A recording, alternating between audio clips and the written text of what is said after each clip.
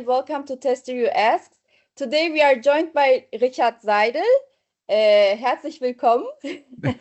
Hello. Hi. Consultant, a speaker, and a highly respected voice in the international testing community. We will talk about his journey into software testing, the challenges he faced early, on what inspires him today, and how he sees the future of our profession, especially with the rise of AI and automation. Richard, it's truly a pleasure to have you with us. Welcome, and let's begin. Yeah, thank you very much for the invitation. Thank you. My first question is, could you briefly introduce yourself and share how your journey into software testing began?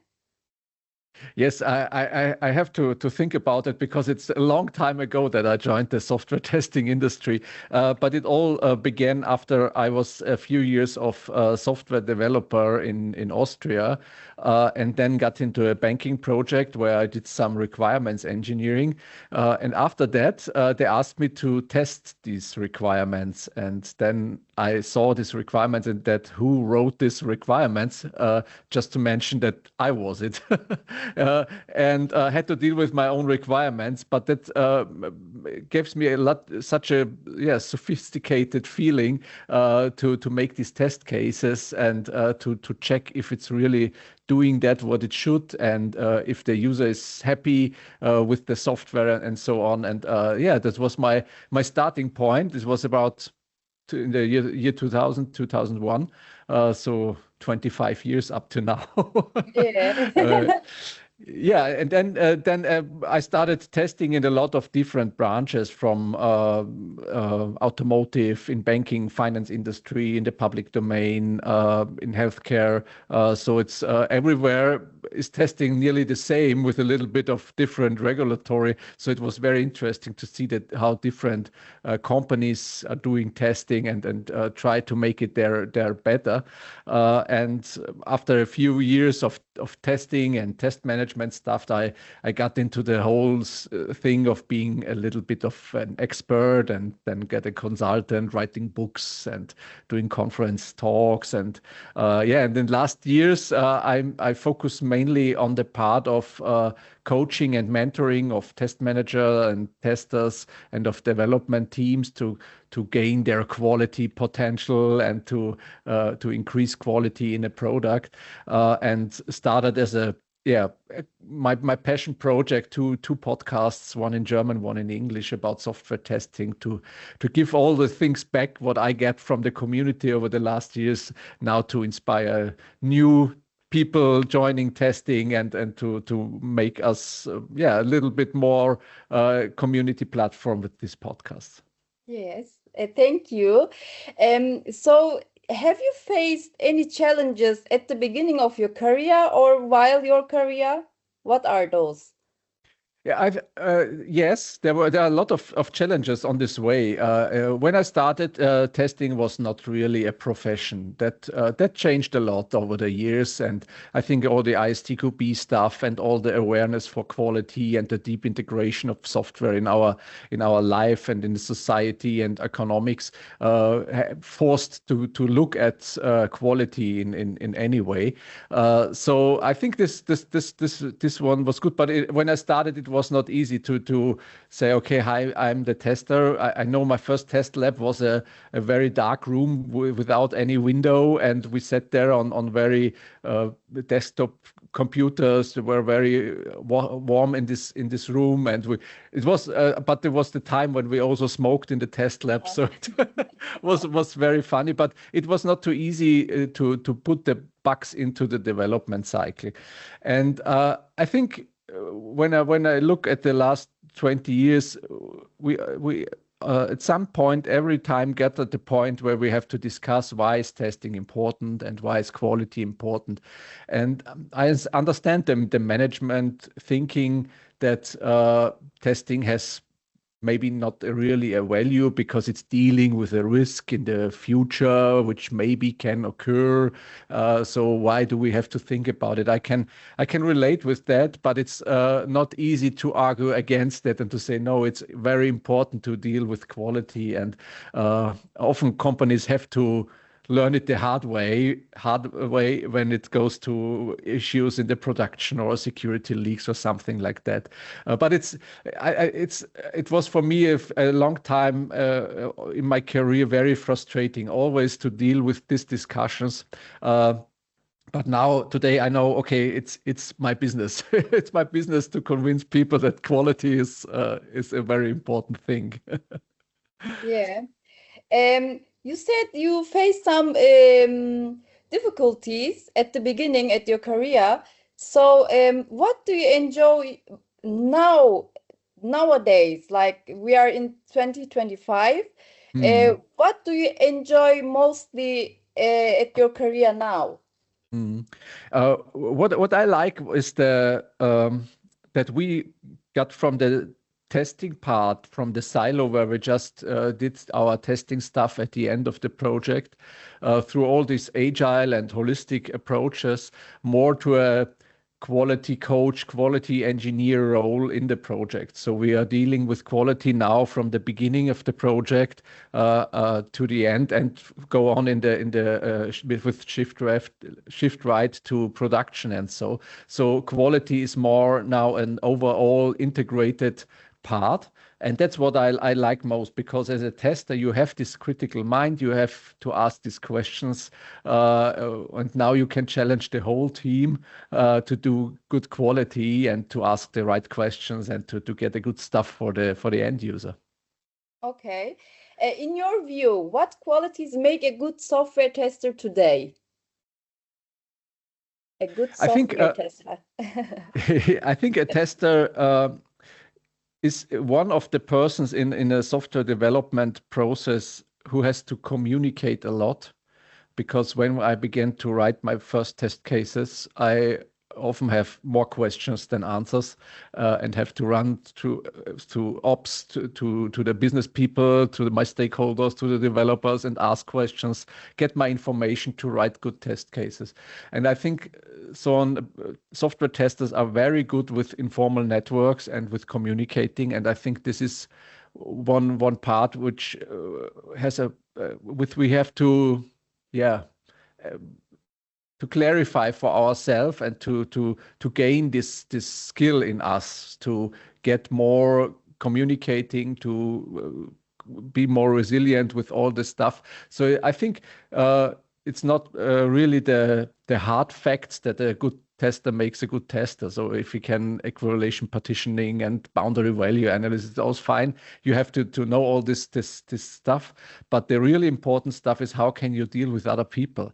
And when we look at software and IT, it's a very unusual role, because there are a lot of introverts, more people who work for their own, and not so much the open people to communicate with everyone. But we as a tester have to, so we learned it the hard way. And I think this is one skill we can focus in the future too, especially when it goes to AI and all this stuff. We have to get our information, and we have to connect with the other people in the projects. Okay. And what advice would you give to those who are just starting their testing journey or hoping to grow further in this profession? Yeah, my advice is start.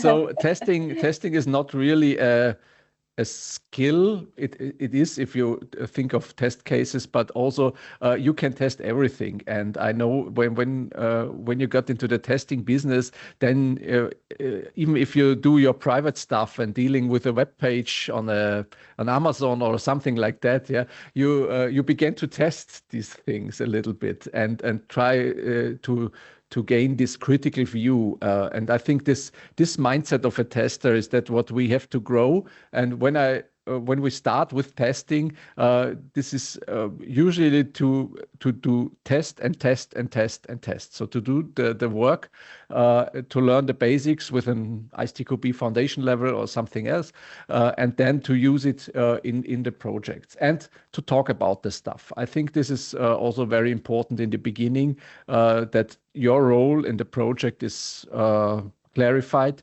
and everybody can deal with that. Okay. What do you think? How should a testing team or community work should be structured? I mean, how do you collaborate with others in this field, and what should be the structure?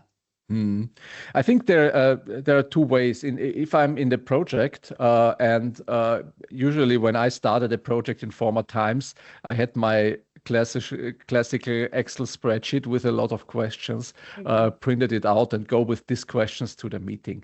I think this is a very, very important point to structure your work, and the first part is always to ask questions and to get information about the test object and all the stuff. I think this is very, very important on the one side. On the other side is to get your place in the team, and not just as a tester who tests at the end of the sprint, but as a quality coach, as a test engineer, quality engineer, or so on, who helps the development team to make good stuff. I think this is very important to make this role clear for ourselves and for the whole team. And I think a very, very good structure for when we talk of communities. When I see the testing community, it's a very crazy crowd on all the conferences. We have a lot of conferences, even if we are a very small part of software development. There are meetups, there are online events where people connect and get together. And testing is a good crowd to collaborate with all other people in these areas. Okay.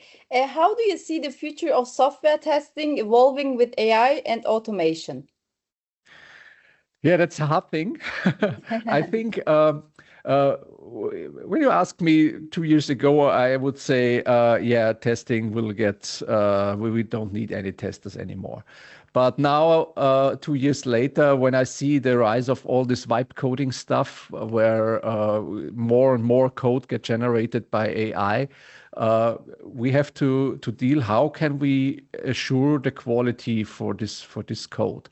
And therefore, it's not really more a part to say, okay, if this requirement is right or not, and so not the mechanical stuff of testing. But when we look at the projects nowadays, the testers are the people who are advocating for the end user and who are such a trust builder in the project, so that the stakeholders, the project managers who put on the production button and say, okay, we can now go to production and we can release, they can trust on our results we gave. So I think testing is even more important nowadays.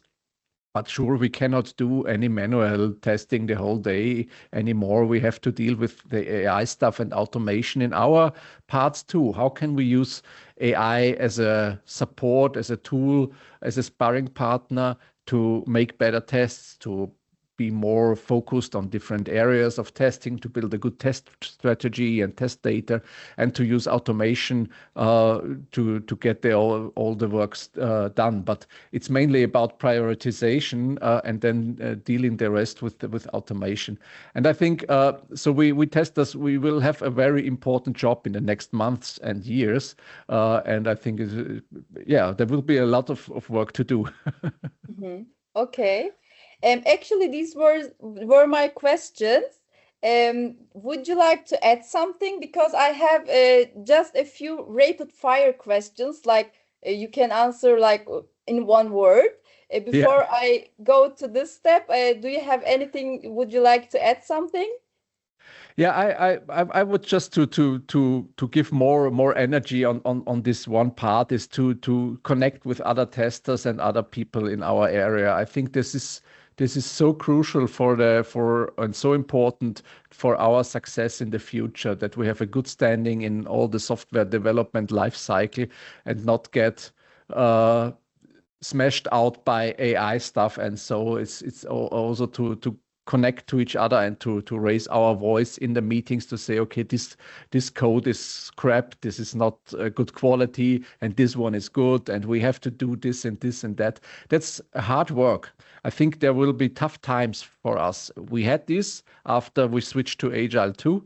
we don't know how to do all the agile stuff and to deal with all the test cases in such short sprints and so on. And we learned to deal with that.